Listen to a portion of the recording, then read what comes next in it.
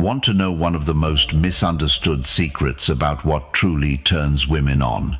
It's not the abs, it's not the car, it's not even the smooth talk. It's boundaries. Yes, strong, grounded, unapologetic boundaries. And here's the truth most guys never learn. Boundaries don't turn women off, they turn them on. But I'm not talking about fake alpha posturing or manipulative games.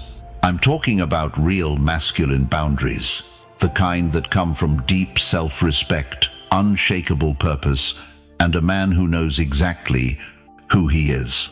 In today's video, I'm breaking down 6 specific boundaries that trigger subconscious attraction in women, not through force, but through presence. These aren't power plays, they're clarity moves. And when you hold them, something shifts inside her. She feels it. She respects it. She responds to it. Back around, especially for boundary number 6. Because that one, it doesn't just protect your power. It redefines how she sees you. And more surprisingly, how she sees herself when she's with you. So let's dive in. Boundary 1. The unavailable advantage.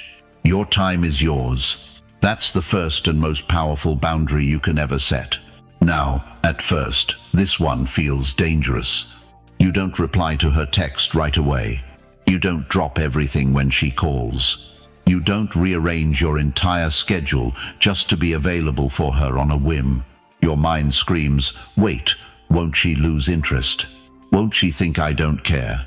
Won't she move on to someone who's more responsive? Actually, the opposite happens. When you're not always available, you send a message. Not with words, but with energy. My time has value. My life is already full. You're stepping into something that already has motion, meaning, and direction. That subtle tension, that slight uncertainty she feels about where she fits into your world, that mystery, it's magnetic. Because constant availability screams one thing: I've got nothing else going on. Scarcity creates value. It always has. And when a man becomes rare, he becomes irresistible. You don't chase her. You draw her in, simply by holding space for your own life. Now tell me, have you ever been too available and watched her slowly lose interest? Drop the word guilty in the comments if that's ever happened to you. Because this one change alone can shift your entire dating dynamic. Boundary 2. The no apology rule. Say no without guilt. This one boundary can change everything. Here's the psychological twist that most men miss. How you say no matters more than how often you say yes. Picture this. She invites you to something that doesn't align with your schedule or energy. You want to say no, but your gut says, don't upset her. So you end up saying, I'm so sorry. I just have this one thing, and maybe I can move at it, but I'll try. I promise. You over-explain. You backpedal. You soften your truth until it barely sounds like a boundary anymore. And she feels it. Now compare that to this. Hey, I won't be able to make it, but I hope it's great. Let's catch up later this week. Polite, clear, confident. That's attractive. You didn't fidget. You didn't apologize for existing. You didn't ask for permission. You just owned your time. A man who can say no without guilt doesn't just protect his schedule. He communicates that he trusts himself. And in a world full of men trying to please everyone, that kind of self-trust, it's magnetic. Boundary 3. The respect reflects. Respect isn't something you demand. It's something you reflect. That's the Stoic truth. A lot of men learn the hard way after being ignored, dismissed, or even disrespected by women they were trying to impress. But here's the real shift. When you respect yourself in action, not in words, you become someone she can't play with. Let's break it down. When a high-value woman meets a man, she's not just checking boxes, she's feeling for something. Call it gravity, call it structure. What she's really looking for is how solid you are, whether your boundaries are real or just something you talk about after a few drinks. And this is where most guys lose themselves. They think respect is about being nice, about avoiding conflict, about giving her space while quietly hoping she'll come around. Wrong. Respect begins with you. If you don't hold it for yourself, she won't hold it for you. Let me show you how this plays out. Take Mark, 54, a marketing consultant from Denver. He started seeing Jessica, 48, a smart, confident woman who had been single for a while. Early on, she would cancel plans last minute, not rudely, but casually. Once, she even rescheduled dinner because her dog seemed moody. Mark didn't get angry. He didn't argue.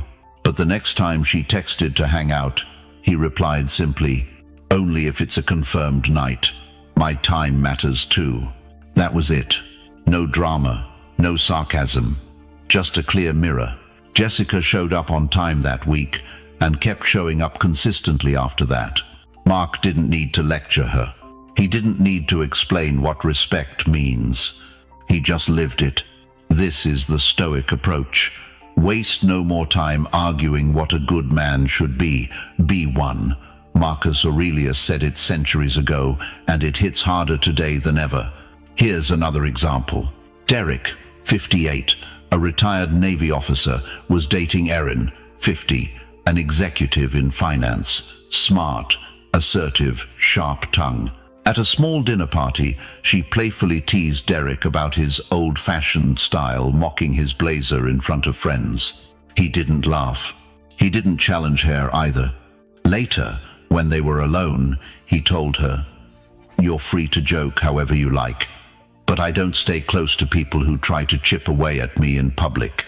No yelling, no guilt trip, just a quiet standard." Erin didn't defend herself. She apologized and never crossed that line again. That's what this boundary is about. It's not about dominance. It's not about making her feel small. It's about reflecting back the level of energy you're given with clarity, calm, and non-negotiable self-respect.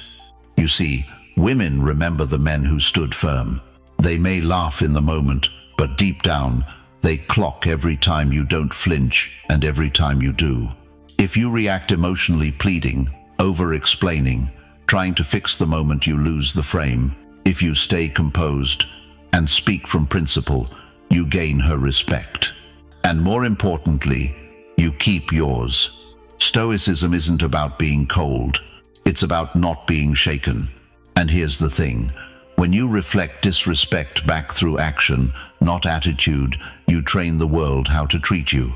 And women, especially high-value women, they respect that far more than empty words or polished charm, because what they're really watching for is whether you respect yourself enough to walk away from anything that doesn't match your energy. Let that sink in. If you've ever had to hold your tongue just to keep the peace, this is your moment to flip the script.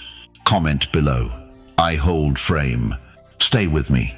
What's coming next might shift how you hold power without even saying a word. Boundary 4. The calm test. Women test.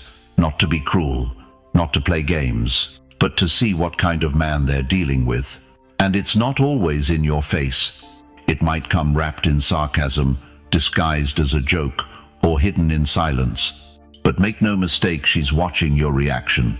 Because the moment you lose your calm, you lose control. And once that happens, the attraction starts slipping. Here's the uncomfortable truth. Women feel safest and most attracted when they sense that your emotions don't override your presence. Let me show you how this looks in real life. Nathan, 49, a construction project manager from Houston, had just started dating Lisa, 47, a successful realtor. She was charming, but she had a strong edge and loved to push buttons. During their 4th date, Lisa casually mentioned over dinner, "Most guys I date get jealous when they hear I still talk to my ex." Now, Nathan could have done what most men do, get defensive, ask a bunch of questions, show he's different. Instead, he just sipped his wine, looked her in the eye, and said, "Sounds like they didn't know how to hold their space." Then he smiled and changed the subject. That moment shifted everything. Why? Because Nathan passed the calm test. He didn't flinch. He didn't chase clarity. He stayed grounded in himself. That told Lisa more than any compliment or story ever could. Stoic philosophy teaches this. We are not disturbed by events, but by our judgments about them. Epictetus said that centuries ago, and it still holds. In relationships, your greatest asset is not your knowledge, your stories, or your success. It's your ability to stay calm under emotional pressure. Let's go deeper. Paul, 56, a retired firefighter, had been seeing Clara, 52, for a few months. One evening, out of nowhere, she said, "Sometimes I feel like you're too emotionally reserved. I don't know if that's good or bad." That's a classic test. It challenges your identity, but it's not a real attack. It's her way of checking, are you reactive or are you rooted? Paul took a breath. He smiled slightly and said, "I'd rather be quiet than say something I don't mean, but if you're asking whether I feel something, I do." He didn't over-explain. He didn't get thrown off. He stood his ground with warmth. That's the magic of the calm test. You don't need to win it. You just need to not lose yourself in it. Because here's what's really happening. When she pokes, when she provokes, when she throws emotional curveballs, she's not hoping you break. She's hoping you don't. She's subconsciously scanning for stability. And if you pass that test by staying composed, breathing instead of reacting, holding frame instead of folding, you rise in her eyes without saying a word. Now, some guys confuse this with being cold or unfeeling. That's not it. Being calm isn't about not caring. It's about not collapsing. It's about mastering yourself so well that no outside force can shake what you've already decided inside. When you're that man, she feels it, and she trusts it, because while attraction pulls her in, it's your emotional gravity, your steadiness under pressure that makes her stay. If you've ever been thrown off by a woman's words or moods, this is your wake-up call to stop reacting and start holding presence. Comment below. I stay calm. And stay with me. The next shift isn't loud, but it speaks volumes without saying a thing. Boundary 5. The authority silence. Sometimes the most powerful thing a man can say is absolutely nothing. It's not about the cold shoulder. It's not manipulation. It's about using silence as a statement, not a reaction. This is what we call the authority silence. It's the moment you stop engaging with behavior that doesn't deserve a response. You don't argue. You don't explain. You don't defend. You let silence speak for your standard. Because here's what most men don't realize: when you respond to everything, you lower your energy. You become reactive. And in her eyes, that tells her you're not in control of yourself. Let's bring this into the real world. Gerald, 52, a real estate investor from Phoenix, had been dating Amanda, 49, for a few months. Things were going well, but Amanda had a habit she loved: pushing buttons in public. She'd say things like, "Don't be so serious all the time," or, "Wow, Gerald's in one of his wise man moods again," whenever he shared a grounded opinion. At first, Gerald would laugh it off. Sometimes he'd play along, but deep down, it chipped away at something. One night, over dinner with friends, Amanda made another little jab, expecting the usual smirk. But this time, Gerald didn't respond. No smirk, no eye roll. He just looked at her calm, unreadable, and stayed silent. Then he turned to the others and shifted the conversation, as if her comment was dust in the air. That one moment changed the dynamic. After the dinner, Amanda pulled him aside. "Are you upset?" Gerald replied, "Number, just not everything deserves my energy. No anger, no emotional lecture, just authority." That's what silence can do. In Stoicism, there's a concept called ataraxia, inner tranquility. It means your peace doesn't come from controlling others. It comes from mastering what you give your attention to. When you embody that, your silence becomes magnetic. It tells the world, and her, exactly who you are, without saying a word. Let's look at another situation. Brent, 59, a financial advisor, was dating Renee, 51, a creative director. She was vibrant, passionate, but also impulsive. During a disagreement about weekend plans, she raised her voice, not aggressively, but emotionally. She threw out phrases like, "You never want to do what I want," and "You're so distant sometimes." Most men would jump in, try to explain, defend, but Brent didn't flinch. He waited, calm, and when the room settled, he simply said, "I don't talk when emotions are running the room. Let's revisit this when we're both steady."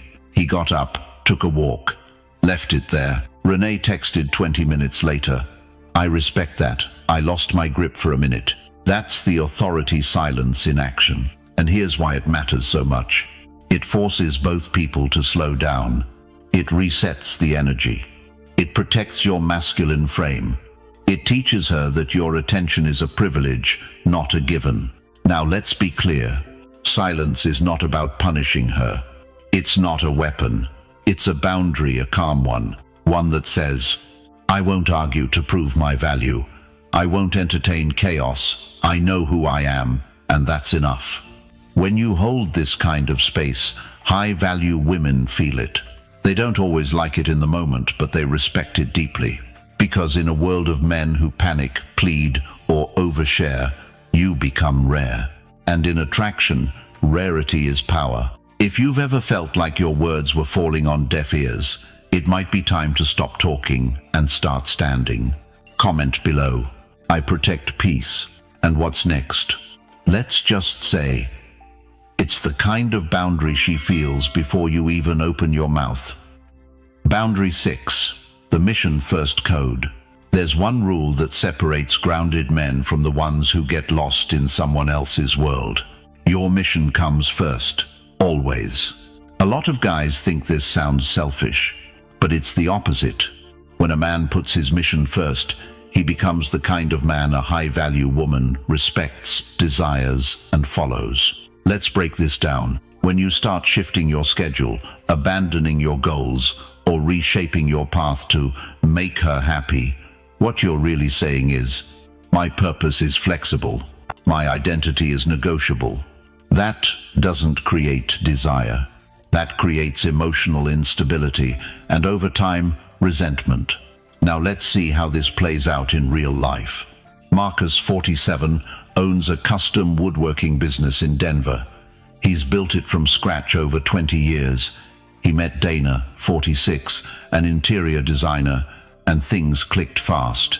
After a few weeks of dating, Dana started suggesting Marcus should ease up on weekend projects. "Why don't you take more time off?" she asked. "You work too much. It's okay to relax."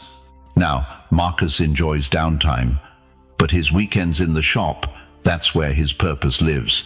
That's when he's in flow. So instead of arguing, he calmly said, "I get it, but this work isn't just business for me. It's who I am. It's how I build." He didn't flinch. He didn't apologize. And he didn't reschedule his life around her comfort. Guess what happened? Dana didn't walk away. She leaned in. She started asking questions. She started respecting his craft even more. Why? Because he showed her that his life wasn't up for debate. There's a deep Stoic truth in this. A man without a mission is a leaf in the wind. But a man with a mission is a mountain. He doesn't move for comfort. He becomes the thing others lean on. Let's take another example. Thomas, 58, works in logistics. He's been running marathons for the last 15 years. It's part of his discipline, his clarity, his self-regulation. He started seeing Angela, 50, who was charming, spontaneous, and fun, but also chaotic. She loved late nights, last-minute road trips, just go with the vibe weekends. At first, Thomas tried to keep up. He'd skip training, miss runs, sleep in, and within a few weeks, his clarity slipped, his energy dropped. Angela noticed. "You're not yourself anymore," she said. And Thomas realized he'd abandoned his code. So he recentered. He set the tone. I care about you, but I've worked too hard to let go of the structure that keeps me sharp. This is non-negotiable. Angela's reaction? She didn't love it, but she respected it. Because the moment he put the mission back on top, his energy shifted again. He stopped bending and started leading. This is the mission-first code. It doesn't mean you ignore her. It means you don't betray yourself for temporary approval. It means your work, your goals, your health, your brotherhood, your inner growth, they are not optional. They are core. Because if a woman feels like she can pull you off purpose, she loses trust in your ability to lead. And leadership, internal leadership, is what she craves deep down. When you show her that your life isn't just orbiting around her presence, she's either going to rise and meet you there or fall away. Either way, you win. You win your peace. You win your structure. You win your masculine integrity. And most of all, you stop becoming that man who says, I used to be focused before I met her. Let that never be you. If you've ever put someone else's comfort ahead of your calling, it's not too late to realign. Comment below. I lead with purpose. And if this boundary shook something loose in you, wait till the next one. It's not loud, but it changes how every woman perceives you instantly. Boundary 7.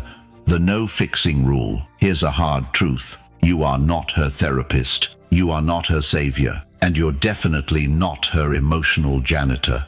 One of the most draining mistakes strong men make is falling into the trap of fixing women, trying to solve her problems, trying to regulate her moods, trying to take responsibility for her chaos. But here's the Stoic boundary that will save you. You do not fix her. You support her when it aligns with your integrity, yes, but you never lose yourself trying to patch up someone else's life. Let's break this down. Meet Thomas, 57, a successful chiropractor, kind-hearted, grounded, but a classic rescuer. He started seeing Clarissa, 49, a beautiful, witty woman with a storm of emotional baggage. She was still bitter about her ex, still dealing with a toxic relationship with her daughter, still bouncing between career indecision and financial instability. Thomas, he went full white knight. He gave advice, bought her a new laptop, helped her draft business plans she never followed through on. And each time she cried, he felt responsible for soothing her. But here's what happened. Clarissa started to expect him to fix things, and she lost respect for him in the process. Why? Because the moment you become a fixer, you lose polarity. You become her emotional assistant, not her romantic partner. And no high-value woman stays attracted to her assistant. This doesn't mean you become cold or unavailable. It means you understand where your responsibility ends. Stoicism teaches this beautifully. Marcus Aurelius wrote, "Be tolerant with others, strict with yourself." He didn't say be responsible for others. He said be tolerant, observe, accept, and maintain your own balance. That's the no-fixing rule in action. Let's take another case. Robert, 48, a seasoned sales executive, started dating Elise, 46.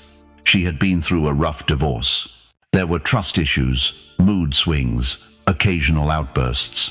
But Robert did something different. He didn't try to heal her. He didn't try to coach her. He simply held space. When she vented about her ex, he listened. When she asked for advice, he asked, "Do you want me to fix this or just hear you out?" That one question alone flipped the dynamic. Because Elise realized this was a man who respected himself enough not to carry someone else's emotional burden, and that made her respect him even more. Men, here's what you need to remember. Women do not want a man who tries to solve them. They want a man who stands strong beside them while they solve themselves. The fixing instinct is rooted in ego, not love. It says, she's broken, I must save her. But high-value masculinity says, she's capable. I'll witness, not rescue. Your boundary is not cruelty, it's clarity. Now, I get it, many of you have big hearts. You see someone in pain, and it's second nature to jump in and offer solutions. But a Stoic man asks himself, is this my storm to calm, or hers to navigate? The answer defines your peace. When you set the no-fixing rule, something powerful happens. You attract women who take ownership of their emotions. You stop enabling cycles of drama. And you become the man whose presence alone brings calm, because you're not trying to do, you're simply being. So what does this boundary look like in practice? You don't rush to give advice unless it's requested. You don't make her moods your mission. You don't insert yourself where you weren't invited. Instead, you listen with presence. You observe with patience. And you speak only when it adds clarity, not control. This shift is subtle, but magnetic, because when you stop fixing, you start respecting. And in return, you're respected, not as her therapist, but as her equal, not as her repairman, but as her rock. And here's the thing, the strongest relationships aren't built on rescue, they're built on resilience. Two whole people, two stable lives, not one man exhausted from holding it all together. So ask yourself, are you trying to win her by solving her? Or are you standing tall, offering strength without sacrifice? Comment below with, I hold steady. And if you've ever felt like the emotional crutch in someone else's drama, you'll want to see where we go next. Because the next principle will help you command attention without saying a single word. Boundary 8, the mystery principle. Let's be honest, most men overshare. They think if they tell her everything up front, it'll build trust.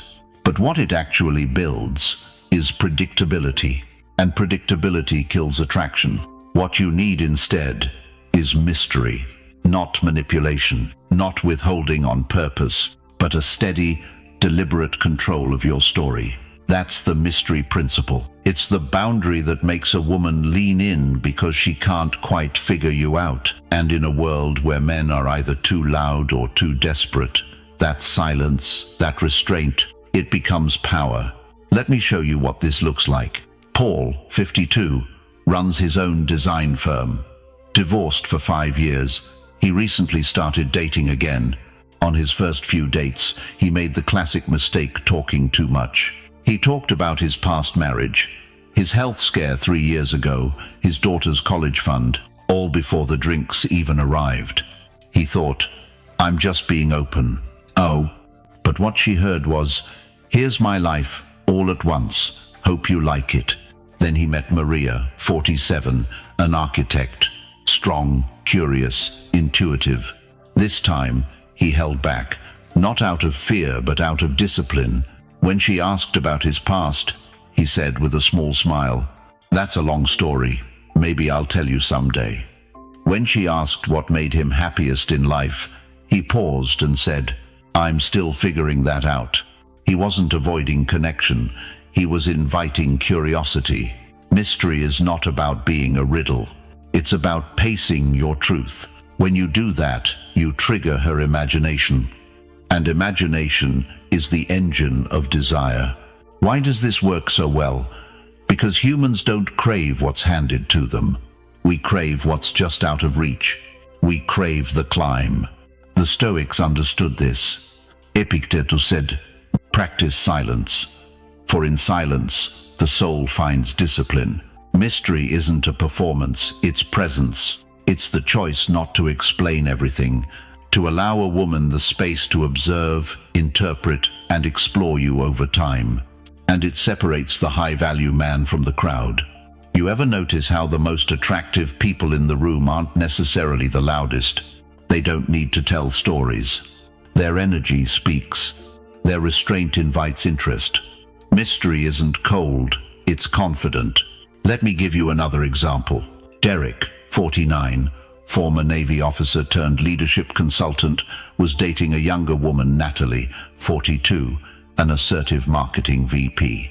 She was used to getting answers, direct, fast.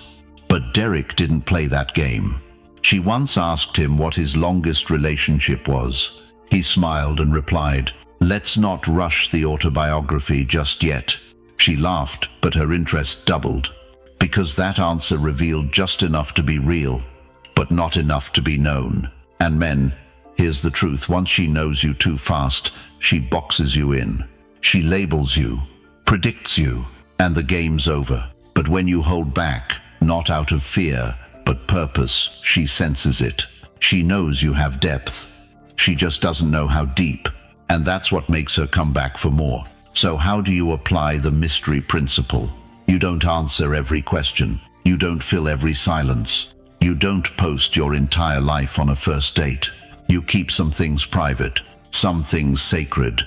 Not to be secretive, but to be selective. Because not everyone deserves the full access pass.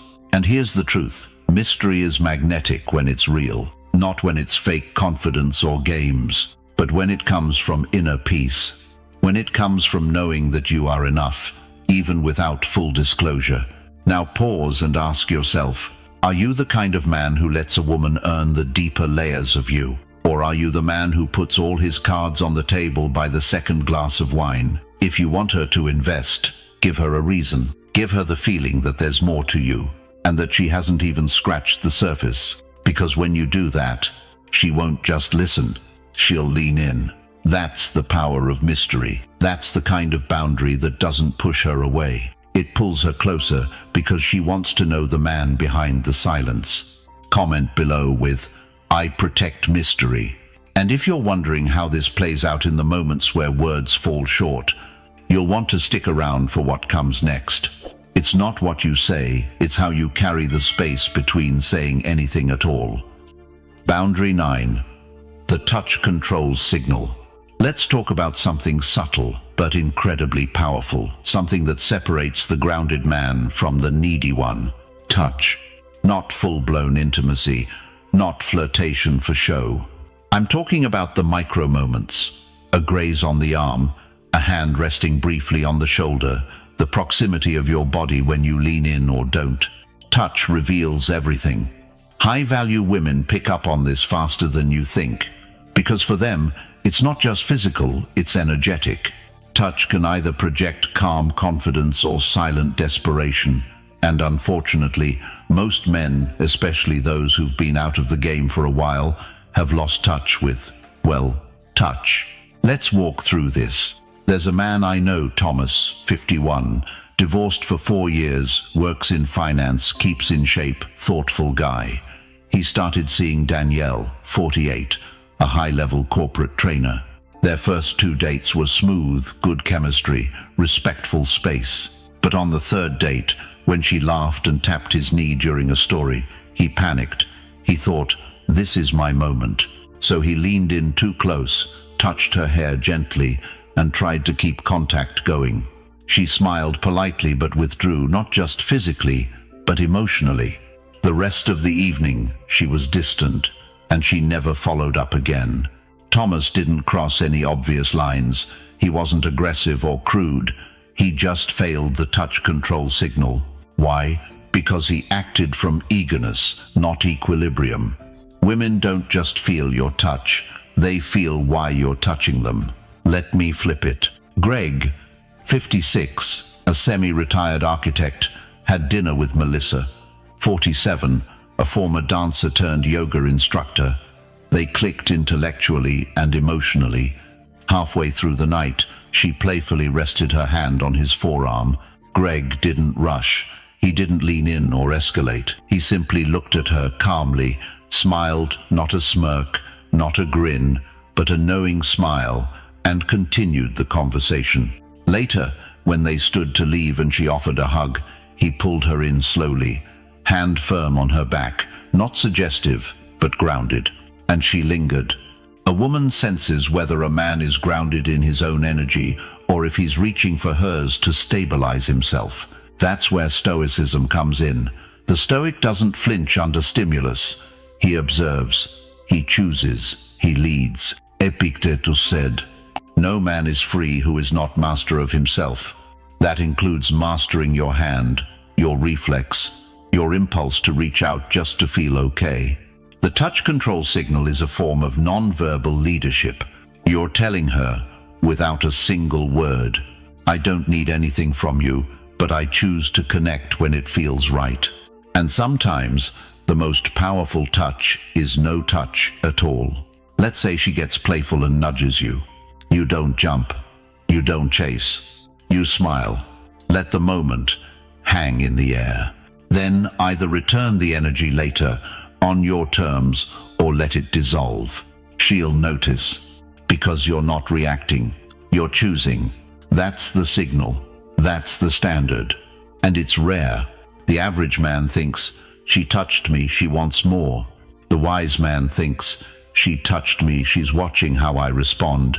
Big difference. This boundary says, I am not governed by your warmth. I am not chasing your green light. I am the source of my own pace, and you are welcome to meet me there. Women crave this kind of polarity. It signals maturity, discipline, power. So here's the mindset shift. You don't touch because the moment's hot. You touch because you own the moment. And when you do that, you flip the entire dynamic. If you've ever felt like you pushed too fast or hesitated out of fear, this boundary is for you. Let her feel your stillness before she ever feels your hand. Comment below. I move with intent. And the next idea coming up, let's just say if you've ever wondered how to make her lean in before you even speak, you'll want to keep watching. Boundary 10. The look that ends the game. Some boundaries are spoken, some are felt, but the most powerful ones are seen. Not in words, not in gestures, but in the look. The look that stops her breath. The look that ends the guessing game. The look that says, I know who I am. Do you? This is the silent line a high-value man draws without lifting a finger. It's not about intensity, it's about presence. That dead calm behind your eyes when everything around you is noise but inside, you're steel. Women notice it, because in a world full of men who react, a man who observes becomes unforgettable. Let's talk about how this works. You walk into a room not searching, not needing, not scanning. You're not avoiding eye contact, but you're not chasing it either. And when your eyes do meet hers, you don't flinch, you don't grin, you don't overplay the moment. You pose, just enough to register that you saw her, and then you return to your world. That is the look. Michael, 54, executive in logistics, had been on dates for months with no traction. He kept asking friends, what's wrong with my vibe? The answer came from a woman he casually met at a gallery, Sophie, 49, ex-lawyer turned writer. She told him, weeks later, you didn't try to impress me. You looked at me like I was just another part of the landscape, and that made me want to stand out. His look said, I'm already full. And that, paradoxically, made her want to pour into him. Let's break this down in Stoic terms. Marcus Aurelius wrote, the soul becomes dyed with the color of its thoughts. When your mind is grounded, your face reveals it. When your thoughts are calm, your gaze carries power. The Stoic gaze is not cold, it's clear. Not angry, but unshakable. It's a boundary because it says, without saying, I don't explain myself. I don't perform. I don't chase validation. It's a screen. It filters out women who play games and draws in those ready for real. Let's say you're on a date. She tests you. Maybe she challenges your opinion. Maybe she flirts with the waiter to trigger you. Maybe she delays responding to a compliment. Most men either get defensive or try harder. You pose. You give her the look. Not harsh, not arrogant, just still. You say through your presence, I see you. I'm not fazed. I'm still here. That moment is a reset. It shifts the energy. It ends the need for words. The game collapses. Why?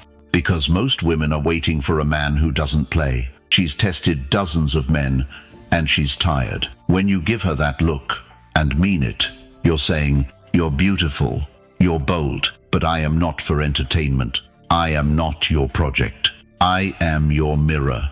And that That ends the game. You've just put down a boundary that doesn't require follow-up. So the next time you lock eyes, don't look to impress, look to measure. Then let her feel the weight of a man who's already chosen himself.